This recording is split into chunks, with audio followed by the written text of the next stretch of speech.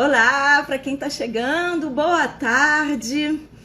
Ai, tô feliz de estar de volta aqui fazendo a minha live depois de um período aí de reformulações internas, mas tô voltando com tudo.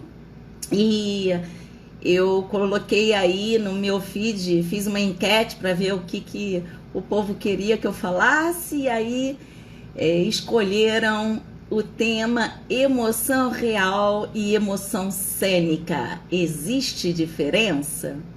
E aí eu queria perguntar isso a vocês, queria saber a opinião de vocês. O que vocês acham? Qual é a intuição de vocês? O que vocês acham, assim, que tem de diferente, ou se é igual, ou se quando o ator ele se emociona em cena é igual à vida real? Como é que vocês veem isso?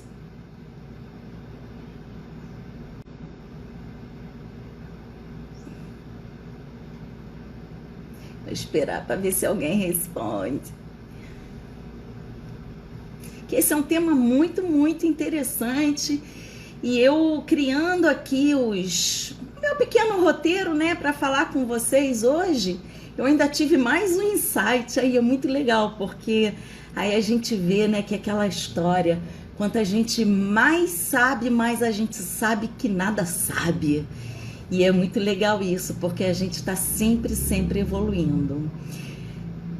Então, você é Gisartes. Você acha que a diferença? Sim, há diferença, mas também há muita semelhança.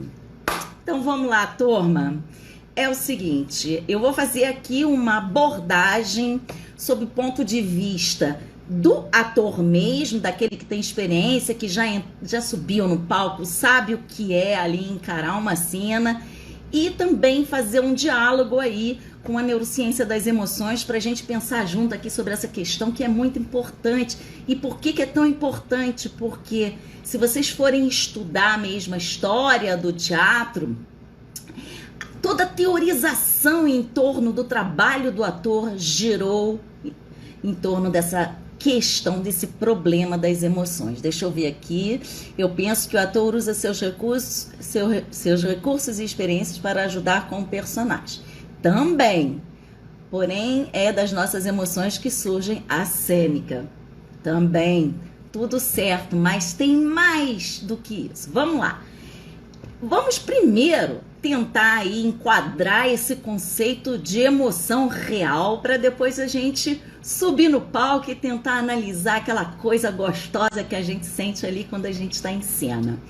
Uma emoção real é um fenômeno super complexo que mobiliza praticamente várias regiões do nosso cérebro que são responsáveis pela fisiologia, pela motricidade, pela cognição também, pelas expressões, enfim, é uma cascata de eventos que geram várias respostas. E eu sempre digo que uma emoção, quando você for trabalhar isso no palco, o ator tem que pensar: eu estou aqui cumprindo com os 4 componentes das emoções? Que componentes são esses? É a fisiologia, e aí é que o negócio pega, né? A fisiologia, a expressão, o comportamento, que a gente pode falar em ação física, e a cognição ou subjetividade. Sim, é o sentimento. O sentimento é diferente da emoção. O sentimento é a percepção das modificações que a gente tem no nosso corpo durante uma resposta emocional. Então, emoção é uma coisa, sentimento é outra. Sentimento é parte da resposta emocional. Tudo ok por aqui? Então, vamos lá? Até aí, então, não tem muito mistério.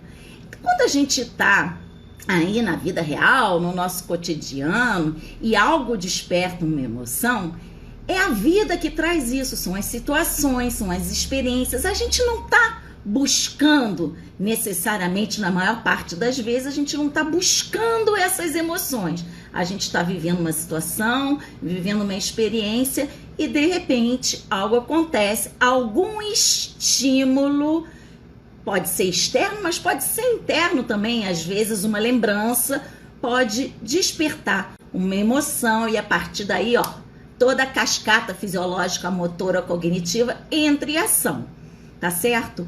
E aí, quando a gente passa isso para a emoção cênica, para a emoção que a gente vive no palco, a gente tem que pensar o quê?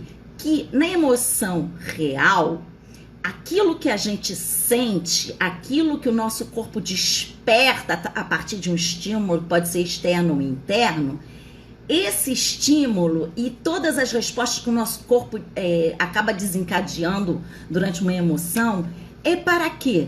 É para garantir a nossa sobrevivência.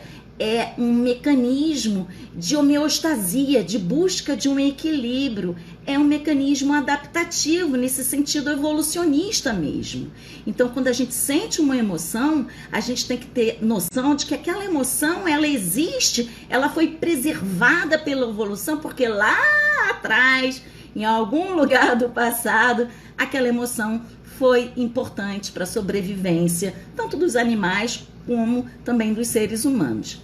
Deixa eu ver aqui. O ator também usa a imaginação para gerar uma emoção? Sim. Mas aqui a gente vai tratar principalmente da diferença entre a emoção cênica e a emoção real. Então, na emoção, para recapitular um pouquinho aqui, na emoção real, a gente tem um fenômeno super complexo que envolve fisiologia, motricidade, cognição, comportamento e que essa resposta ela vem com o objetivo de manter a sua integridade psicofísica, é um mecanismo adaptativo, é um mecanismo de sobrevivência e de preservação da espécie. Quando a gente entra no palco, a primeira comparação que a gente já pode fazer desde então é que o estímulo que a gente busca não é real. E aí entra também, Simara, a imaginação que você falou. Oi, Magalhães, bem-vindo! Quanto tempo! Legal você aqui de novo. Então, esse estímulo, a gente não entra no palco esperando que algum estímulo externo vá gatilhar essas nossas emoções, certo? A gente tem que criar um mecanismo para despertar essas emoções. E aí é que tá toda a problemática e foi assim que todas as teorias sobre o trabalho do ator, e não começou com Stanislavski não, nem com Diderot. A gente costuma dizer que o paradoxo do comediante foi a primeira teorização sobre as emoções do ator, mas não é. Tem o Aaron Hill, que veio antes, um pouco antes de Diderot, e ele já tinha uma visão já meio biológica, fisiológica das emoções em cena. Mas bom, fechando parênteses, vamos voltar para cá. Então, assim, a gente quando está em cena, a gente não está buscando uma emoção para salvar a nossa pele de algum perigo, ou para resolver algum problema, ou para reencontrar uma homeostasia, um equilíbrio fisiológico, psicofísico. Não, a gente está querendo gatilhar aquela emoção com um objetivo de comunicação, com um objetivo estético, com um objetivo de dar vida ao personagem, com o objetivo de estar presente em cena e manter essa conexão com o seu espectador, enfim. Os motivos e objetivos são vários, mas a gente não espera isso acontecer ao acaso. A gente tem essa preocupação. Poxa vida, meu personagem tem que estar triste aqui, ou aquele tem que estar com raiva. De onde eu vou buscar essa raiva? Memória afetiva, método das ações físicas, vou treinar Rasa Box. Enfim, a gente tenta aí criar e praticar técnicas para que a gente possa, de fato, gatilhar essa emoção. Mas gatilhar uma emoção em cena, mesmo que o objetivo seja diferente do equilíbrio, da homeostasia, da sobrevivência, e que os estímulos sejam outros, quando o ator ele se emociona, cascata neurofisiológica, motora, cognitiva, tá toda ali presente. E aí sim, essa é a primeira conexão, a primeira semelhança entre essa emoção real e essa emoção cênica. Mas isso gera muita confusão no campo teatral. A gente percebe aí que tem alguns pontos que se conectam, outros que na verdade a gente pensa, não, tem algo de diferente. E para a gente pensar esse algo de diferente, é claro que tem diferença, sim, porque senão imagina, você tá ali lutando com a espada, algum personagem, né, mata o outro e não vai matar de verdade. A pessoa ficaria com medo, sairia correndo de cena, né, se fosse verdade. E por que a gente não sai correndo de cena? Mesmo que a gente tenha capacidade, usando a técnica que for, tá? De despertar essa sensação, essa emoção de medo, despertar seus batimentos cardíacos, sudorese, mesmo que a gente faça isso tudo, há diferença. Há alguma coisa ali que faz com que você permaneça em cena e não vai sair correndo quando alguém aponta, né, uma faca, uma espada para você, tá certo? Então, para ajudar a gente nessa reflexão, eu vou trazer aqui uma frase do Stanislavski, tá? Essa frase, ela é incrivelmente revolucionária. Na verdade, não é nem do Stanislavski. É uma frase que tá no livro A Preparação do Ator, mas que o Stanislavski, ele cita um ator chamado Salvini, um ator italiano, que fala o seguinte. Então ele cita esse ator italiano falando o seguinte, eu vou ler aqui, tá? Preste atenção. O ator vive, chora e ri em cena. E o tempo todo está vigiando suas próprias lágrimas e sorrisos. Esta dupla função, este equilíbrio entre a vida e a atuação que faz a sua arte. Então, assim, nessa frase tem algo de novo já que o Stanislavski já tinha sacado lá atrás e que hoje, a partir de uma leitura neurocientífica, através da ótica, da ciência, a gente pode pensar e evoluir dentro desse pensamento. Olha só, o que tem de diferente aqui?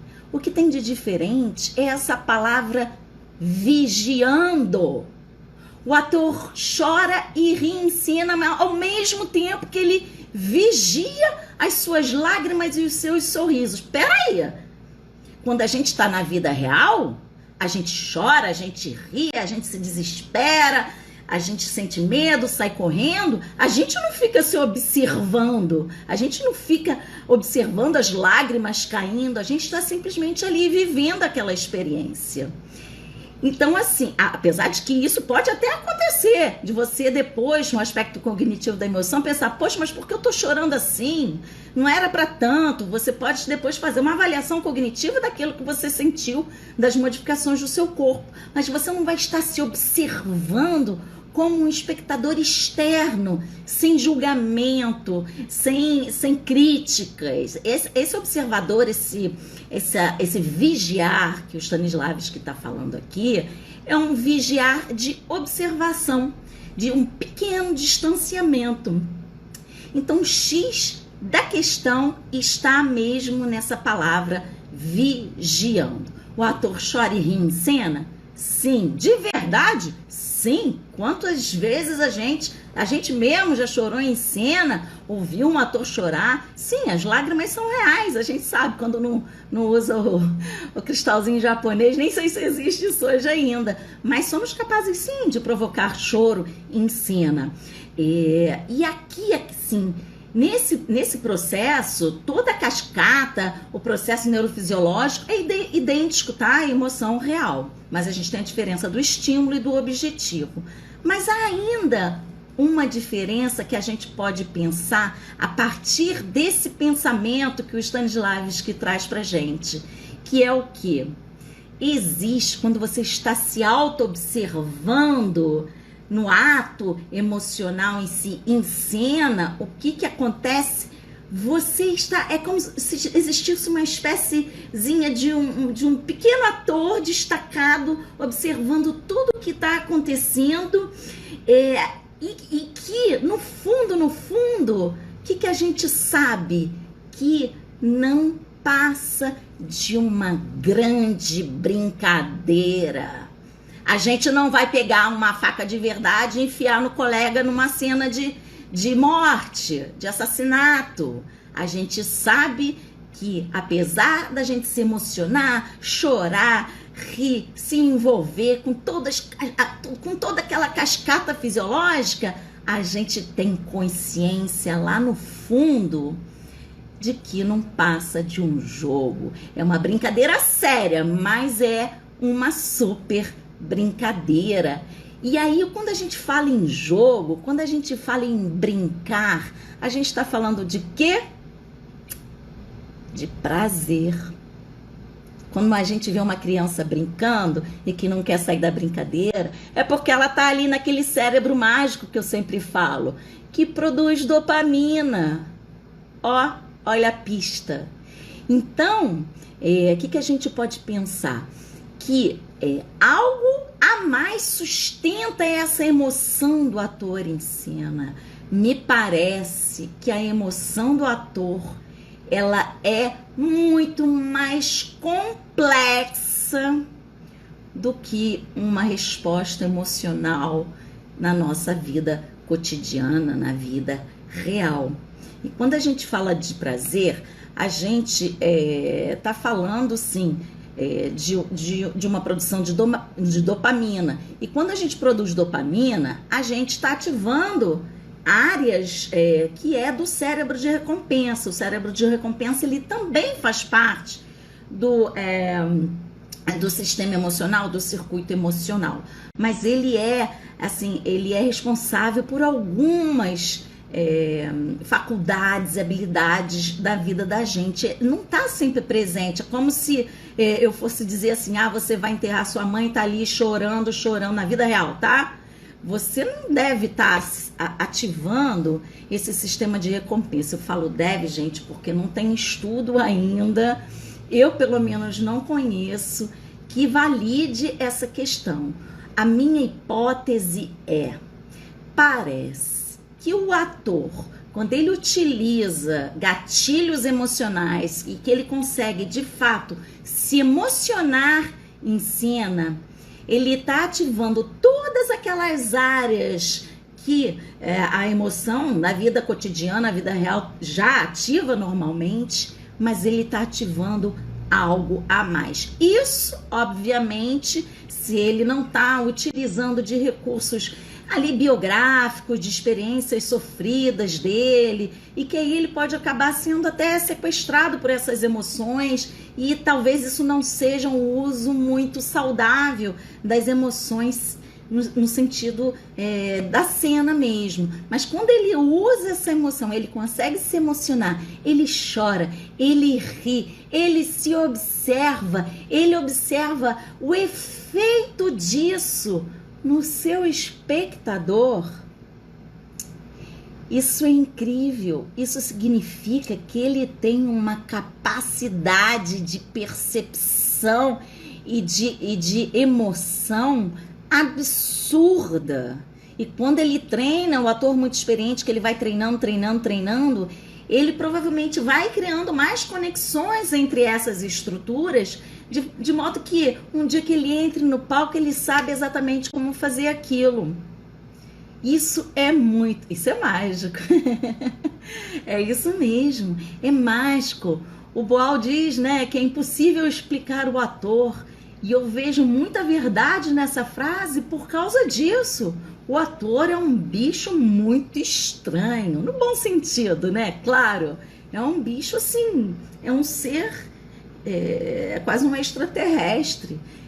Porque conseguir fazer isso não é para qualquer um. E é aí que entra aquele papo de que, eu também sei fazer, bota no palco. Aí a pessoa vai sentir na pele realmente o que é fazer, o que é gatilhar uma emoção, o que é viver uma emoção no palco, Então, assim, a conclusão que a gente pode chegar aqui em relação a essa questão de comparação entre a emoção cênica e a emoção real, é de que existem sim diferenças, existem coisas em comum, mas que a emoção cênica parece ser muito, muito mais complexa do que efetivamente uma emoção real. Mas aí vai criar o gatilho, o estímulo para você conseguir desencadear todas essas respostas. Porque se você apenas imita uma emoção e você não apresenta ali aquele componente fisiológico, o componente comportamental, cognitivo e expressivo num conjunto único, o espectador, que também nasceu com esse mesmo aparelho, ele vai perceber que tem algo estranho. Falei assim, poxa, é claro que ele não vai raciocinar, pensar assim, esse ator ele está só trabalhando com a face, com o aspecto expressivo da emoção, faltou a fisiologia e é por isso que eu estou me distanciando, achando algo estranho. É claro que o espectador, ele não vai fazer isso, mas ele vai sentir algo que opa, não é ele, é o corpo dele, é o sistema emocional dele que vai mandar essa mensagem pro corpo dele, vai ativar o pré-central e vai dizer, tem algo estranho aí, principalmente se você estiver trabalhando num registro mais realista. Se você estiver trabalhando com um teatro, sei lá, um teatro do absurdo, uma estética mais expressionista, que aí cabe esse tipo de associação mesmo, ou então até um teatro brechiano, né? O distanciamento brechiano pode trabalhar com essas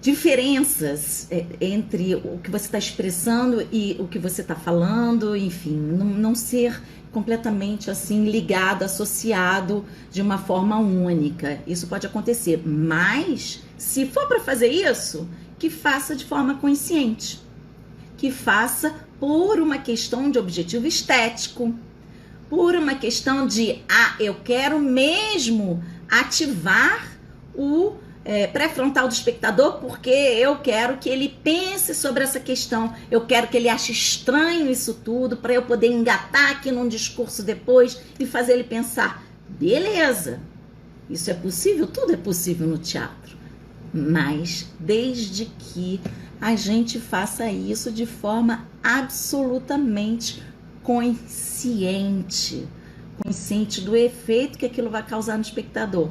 Mas se o teu objetivo é falar, emitir um discurso e fazer uma reação que seja congruente com aquilo, que não entre em conflito com o conteúdo daquilo que você está falando, do teu texto cênico, se você quer isso, aí sim você vai ter que trabalhar nessa questão de criar um gatilho emocional que funcione como um gatilho verdadeiro na vida real. Mesmo que após o desencadeamento daquela cascata toda, neurofisiológica, expressiva, cognitiva, você permaneça nesse estado de observação e curtindo. Você sente prazer. O que me parece que o Stanislavski está dizendo aqui você se emocione, mas sobretudo curta o que você está falando. Aproveite. E se você não fizer isso, ali, milissegundo por milissegundo, se você rompe isso, acabou. O espectador desconectou. E não foi porque ele quis, foi o corpo dele que não conseguiu acompanhar porque detectou um problema ali na atuação, um problema de conflito entre o discurso falado, entre o texto, o conteúdo e também todo o seu comportamento não verbal. Lembrem de uma coisa, Nossa comunicação, ela é mais de 60% feita através das vias não verbais. Mas o que não quer dizer que o texto não seja importante. O texto é fundamental. Existe teatro sem texto? Existe. Não sei se vocês viram aqui, por exemplo, Val da Sarapalha, uma peça já bem antiga, que foi uma das coisas mais lindas que eu já vi na minha vida, e praticamente assim, não tinha texto na peça inteira. Você pode, mas não tem texto falado, mas tem subtexto. Então, sem essa de dizer que, não vamos hipervalorizar o texto. Não hipervalorizar, mas eu acredito que como um dos elementos, não só do teatro, mas um dos elementos das emoções é justamente a subjetividade, o sentimento, lembra? É o componente cognitivo das emoções. Então, o subtexto, ele tá ali, o subtexto é justamente aquilo que vai funcionar como a parte subjetiva cognitiva do personagem naquela emoção. E esse subtexto é importantíssimo isso. O subtexto, eu gosto de trabalhar assim, de criar um subtexto, uma partitura desse subtexto, não improvisar no subtexto, porque esse subtexto, principalmente ali nas pausas da sua fala, é o que vai tornar o seu silêncio eloquente, porque se as pausas não falarem, o espectador vai detectar conflito, e aí ele pode se desconectar, e você também. E aí, olha, isso é muito importante no trabalho com as emoções, porque a gente tem as emoções que a gente quer gatilhar em cena, mas a gente também tem as nossas emoções, e muitas delas permeadas pela questão do medo mesmo.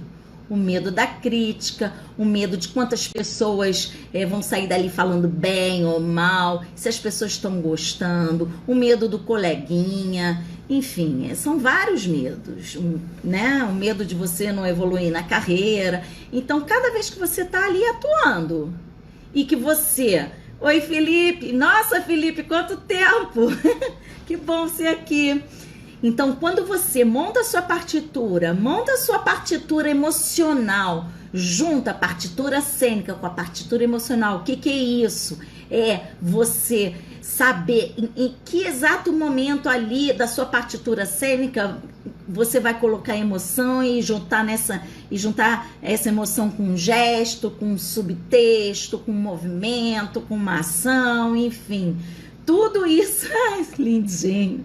Saudade absurda mesmo, cara. Essa pandemia vai passar e a gente vai voltar aí a se ver. Até me perdi, fiquei tão feliz aqui com a presença do meu aluno. A partitura cênica e a partitura emocional. Então, aí ó, fui sequestrada emocionalmente pela presença do Felipe. Olha, é isso. A gente falando de emoção.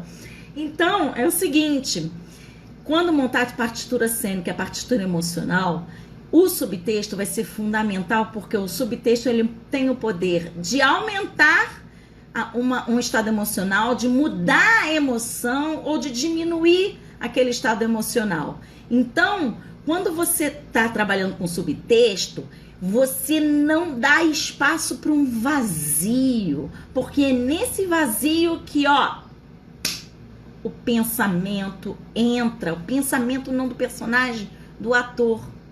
E aí sim, você pode ser sequestrado por essas emoções, normalmente são medos. Então, a luta contra o medo em cena, contra o medo de palco, isso tudo você pode amenizar criando uma partitura muito, muito rígida. Quem fala muito disso é o Thomas Richards, no livro que ele escreveu sobre o trabalho dele com Grotowski. E isso é muito, muito, muito bacana. É muito importante a gente ter esse conhecimento todo para saber exatamente que tipo de emoção eu quero provocar, que tipo de reação eu estou querendo provocar no meu espectador. Enfim, parece que tem uma turma aí tendo problema de conexão, não tá conseguindo entrar na live. Alguém teve problema com isso? Eu não sei se alguém saiu, não conseguiu voltar, porque eu tô vendo que as meninas estão me mandando WhatsApp aqui, parece que tá dando problema. Ai, poxa vida. É coisa da live, né? Live tem disso. Senão não é live. Se for pra gente ficar imitando aqui, criando um personagem. Não, aqui é emoção, é estado bruto mesmo, né? É, Felipe, a Luísa e a Daniela. Saudade do meu refúgio de toda sexta. É, mas a gente vai voltar. Ah, Simara, você tá aí. Tá, então você não teve problema de conexão, não. Então é a conexão delas. Eu fiquei pensando que fosse alguma coisa aqui da minha live. Tá tudo certo, então. Beleza. Então, assim, é mais ou menos isso que eu tinha hoje para trazer aqui. Até falei muito rápido aqui. Mas eu quero saber, assim, vocês têm alguma pergunta? Tem pouca gente aqui, né? Mas, assim, se vocês quiserem fazer algum comentário, alguma pergunta. Esse o trabalho do ator é muito difícil, porque, além de tudo, você tem que criar esses gatilhos, né? Que é um trabalho fora da cena. E é por isso que é muito, muito difícil o trabalho do ator. Achar essa verdade, poder conseguir atribuir essa gota de vida ao personagem é algo muito buscado e é muito difícil, porque na verdade a gente não tem essa compreensão do que são as emoções, né? A gente entra numa faculdade de teatro, num curso de teatro e a gente não sai dali nem sabendo conceituar uma emoção. E a neurociência, né, tá aí dando de presente pra gente, de bandeja, desde há 100 anos que isso aí tá evoluindo e a gente ainda não assimilou isso tudo. Então, assim, por isso que eu tô aqui, por isso que essa é a minha missão, é isso que eu tenho para trazer para os atores, é criar, sobretudo, gente, estudar a emoção. E como a emoção é ali o pilar de sustentação, é sim do ator, porque, ó, o Felipe disse que caiu para ele agora, tá dando problema aqui o Instagram. Ai, que pena, mas eu vou deixar aqui gravado, gente, olha assim, ó, vou deixar isso aqui disponível por pelo menos umas 24 horas, depois eu vou tirar do ar, tá? Mas o que eu tava falando? Gente, me perdi. Me lembra aí, Simara. Aí, branco dá. E olha que eu tenho meu roteirinho, mas é que eu fui puxar uma outra ideia e essa ideia me fugiu agora. Que é importante que o ator treine sempre. Ah, lembrei! Eu ia falar da autonomia do ator. Porque se a gente não conhece... Pensa bem, pensa comigo. Qual é o instrumento de trabalho do ator? Corpo, né? E o corpo, o que é? É tudo! É emoção, é fisiologia, é motricidade, é cognição, é sistema sensorial, é memória, é fala, enfim, é tudo, é ação, é tudo. Isso tudo a gente tem que conhecer, é isso. E a gente vai, entra na faculdade, entra no curso de ator, de teatro. A live tá caindo, né? Mas deve estar gravando. Eu espero que esteja gravando. Para mim não caiu. Engraçado. Não tem problema. Eu vou ver aqui. Eu espero que salvem a live na sua integralidade. Mas deve ser um problema do Instagram, então. Ai, acontece. Enfim, mas eu tava falando da autonomia. A gente que trabalha com o corpo, a gente que usa esse instrumento o tempo inteiro. A gente não tem outro instrumento. A gente tem algumas bengalinhas, auxiliares, objetos, luz, música. Isso tudo pode interferir na nossa emoção, na nossa atuação, sim. Mas o que a gente tem como instrumento de trabalho é o ator. E o ator, ele não tem mentalidade de atleta. Lembra do Arthur? Arthur diz que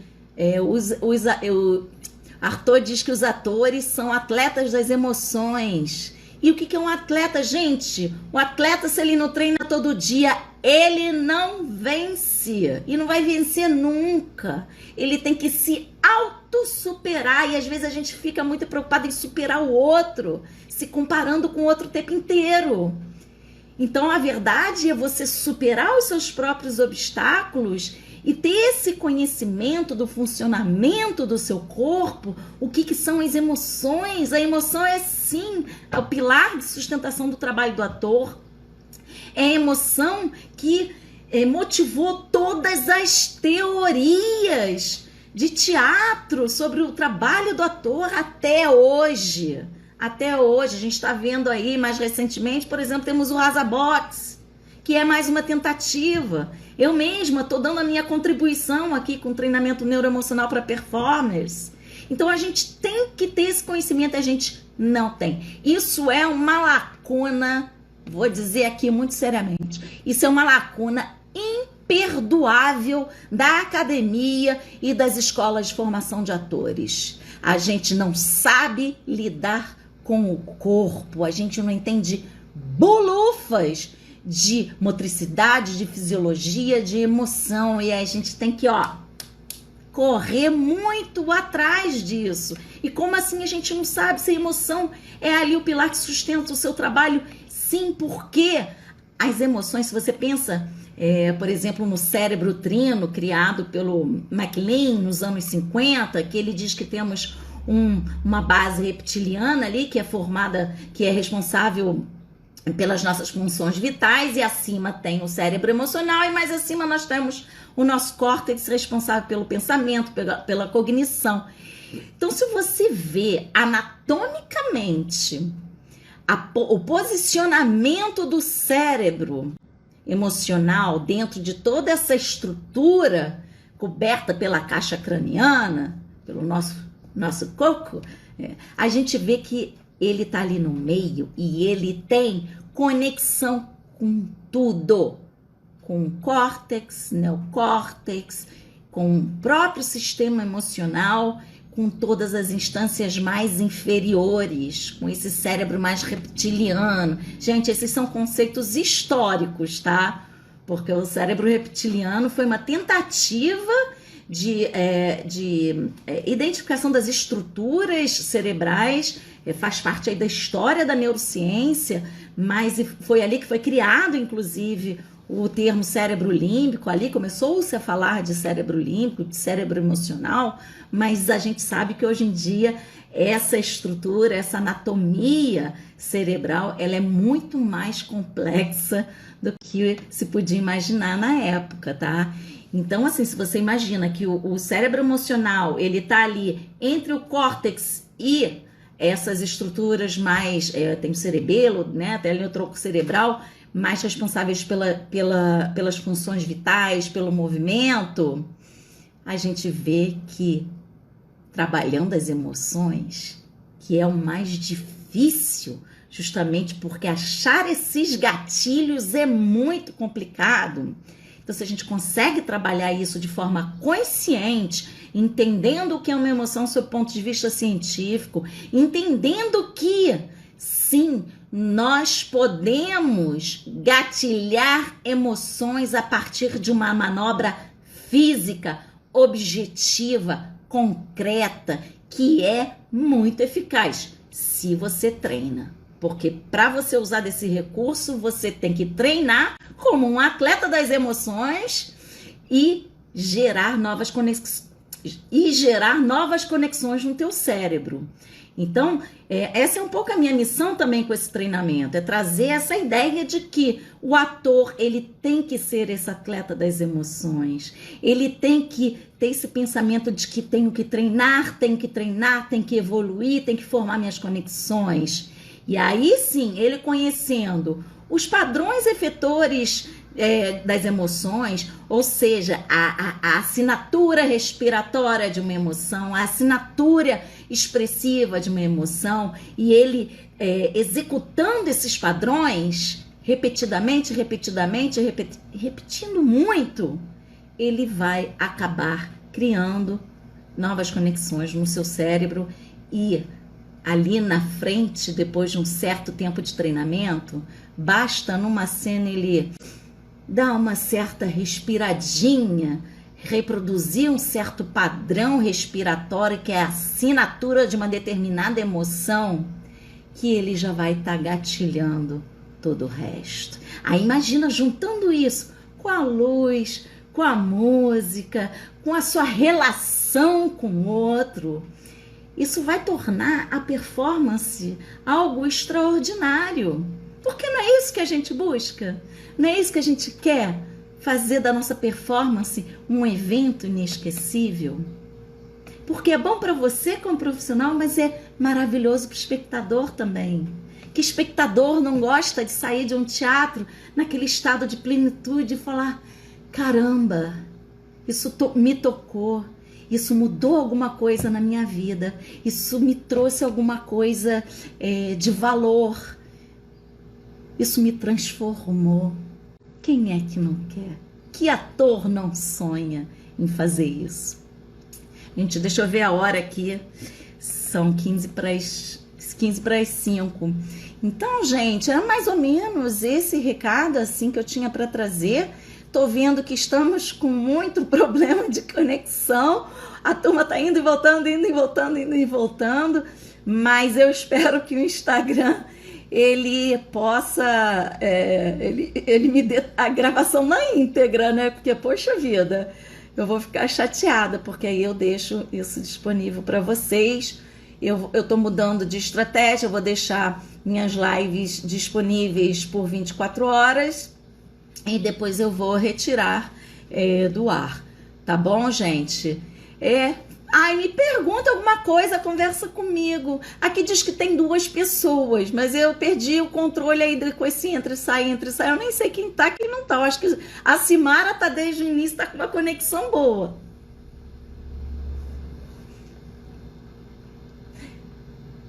Hello para quem chegou aí, que eu tava aqui num fluxo. Ai, esse fluxo é tão gostoso. Né, Simara? Eu não tinha falado no curso ainda essa questão do ator ele acionar o seu sistema de recompensa, que por isso a emoção cênica seria algo muito mais complexo do que a gente imaginava. E ai, que vontade de pegar um ator, botar dentro de umas máquinas dessas aí de neuroimagem para verificar isso tudo. Tem tanto ainda para ser feito. Tem tanto ainda para se produzir nessa área. É um universo tão amplo, tão extraordinário.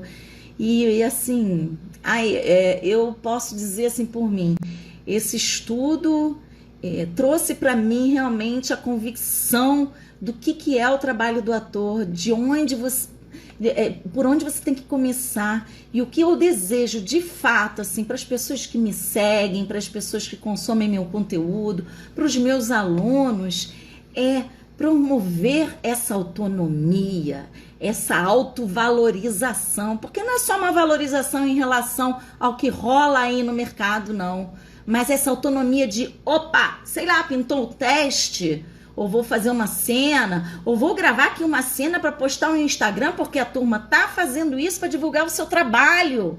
Não espere a turma lá, alguém, um olheiro te descobrir no meio da rua. Produza teus vídeos, suas cenas, faça teu Instagram. O futuro tá aí já, gente. É isso. Essa é uma vitrine. Instagram é uma vitrine, é um jardim. Você tem que cuidar desse jardim para atrair as borboletas. Não adianta você ficar correndo atrás de borboleta a vida inteira e esquecer de cuidar do seu jardim, de você e de treinar. Esse é o meu recado maior. Seja um atleta das emoções, seja um atleta do teatro. Tem que treinar sim. Para superar, a tal da superação da técnica é isso. É você usar a técnica para não precisar mais dela quando você estiver ali no palco. Mas para isso, não pode ter preguiça. Faça sol, faça chuva, vá, treine. Quanto ao meu treinamento, eu digo pelo menos 5 minutinhos por dia. Eu já vi os resultados. é possível, é transformador, mas não depende da técnica, depende daquele corpo que está disposto a furar bolhas, sair da zona de conforto e atuar, operar ali no seu sistema neural para evoluir de forma consciente nesse sentido de poder fazer, criar, elaborar uma performance, uma cena, uma gravação de uma cena para mandar para uma seleção, absolutamente sozinho, vai ficar pagando mentoria. Ai, catando o diretor, alguém me ajuda aqui para me dirigir nessa cena. Não, cara, você não precisa disso. Um olhar externo sempre é legal, eu acredito nisso, nessa troca, mas não dependa. Uma coisa é você ficar esperando o outro para te dar a diretriz daquilo que você tem que fazer. O ator é um profissional, então, como todo profissional, ele tem que dominar seu instrumento de trabalho. Seu instrumento de trabalho é o seu corpo e ele tem que entender. O conhecimento tá aí, não precisa fazer uma faculdade de biologia, de medicina. Tá aí, gente. É só pesquisar, artigo científico, globalização. A internet dá tudo para você. Só tá parado no tempo quem quer. Quem quer evoluir, vai à luta. Esse é o meu maior recado, gente. É isso que a gente tem que fazer. E olha, o preço disso talvez seja alto, porque a gente tem que lidar com muitas feridas, com muitos medos internos, mas ali na frente a gente ganha uma liberdade de ser e de ser o que você é, de dizer o que você pensa e de viver de acordo com seus próprios princípios, segurança, autoestima, sabe? E vontade e foco é trabalhar. Atleta das emoções. Seja um atleta das emoções. Siga o que diz meu querido Antônio Artaud, porque ele é um mestre absoluto. Ele é incrível. E se depois dessa aula aqui você for ler um atletismo afetivo, eu tenho certeza que você vai ler esse texto com outros olhos. É isso, gente. Eu vou encerrando, então, porque... deixa eu ver a hora aqui. Faltam 10 minutos, mas se vocês têm alguma coisa aí para perguntar, deixa eu ver aqui que estão... O mundo agora está voltado para as redes sociais. É muito bom ouvir isso. Temos que ter a nossa autonomia. O mundo mudou. Mas eu vou dizer uma coisa, Simara. O mundo mudou antes da pandemia, tá? Isso já estava aí. Já tinha uma turma que já entendeu que o mundo está no digital. Então, se você quer transformar o mundo, vá ali onde as pessoas estão. Gente, a gente que é do teatro, que vive nesse esquema oi planta, presencial, tete a tete, aquela coisa toda, a gente tá o tempo inteiro com o celular na mão. Eu tô o tempo inteiro com o celular na mão. A gente não desgruda disso. Então, tem algo errado, né? Não que uma performance presencial não seja maravilhoso. Faz toda a diferença, gente. Você tá ali vivendo aquela experiência teatral, um tete a tete. Mas olha só, pensa por outro lado. Essa pandemia levou muita coisa boa para pessoas que nunca tiveram acesso. Democratizou o teatro e a arte. E isso é muito bacana. Então temos os lados positivos disso tudo. Entendeu? Agora, não adianta. Trabalhando na telinha ou trabalhando presencialmente, o ator tem que desenvolver a sua autonomia. E para desenvolver essa autonomia, a primeira coisa é: qual é o seu instrumento de trabalho? Um violonista, ele estuda horas e horas e horas por dia. E não é só ficar tocando musiquinha, não. É ficar fazendo escala. Que é um saco. Ai, mas treinar é muito chato, ficar fazendo se fuxipar todo dia. Gente, cara. Mas só chega lá. Quem para de pensar nisso e vai. E vai. Então, se você tentar ter prazer nesses mínimos exercícios, nesses mínimos detalhes, você vai ver o resultado lá na frente. Isso acontece. O resultado, ele vem. mas você tem que ter mais autonomia. Autonomia emocional, autonomia para criar, saber o funcionamento desse corpo, saber esses mecanismos e como isso pode te ajudar ou te prejudicar, como isso pode te ajudar a impactar mais ou menos o seu espectador.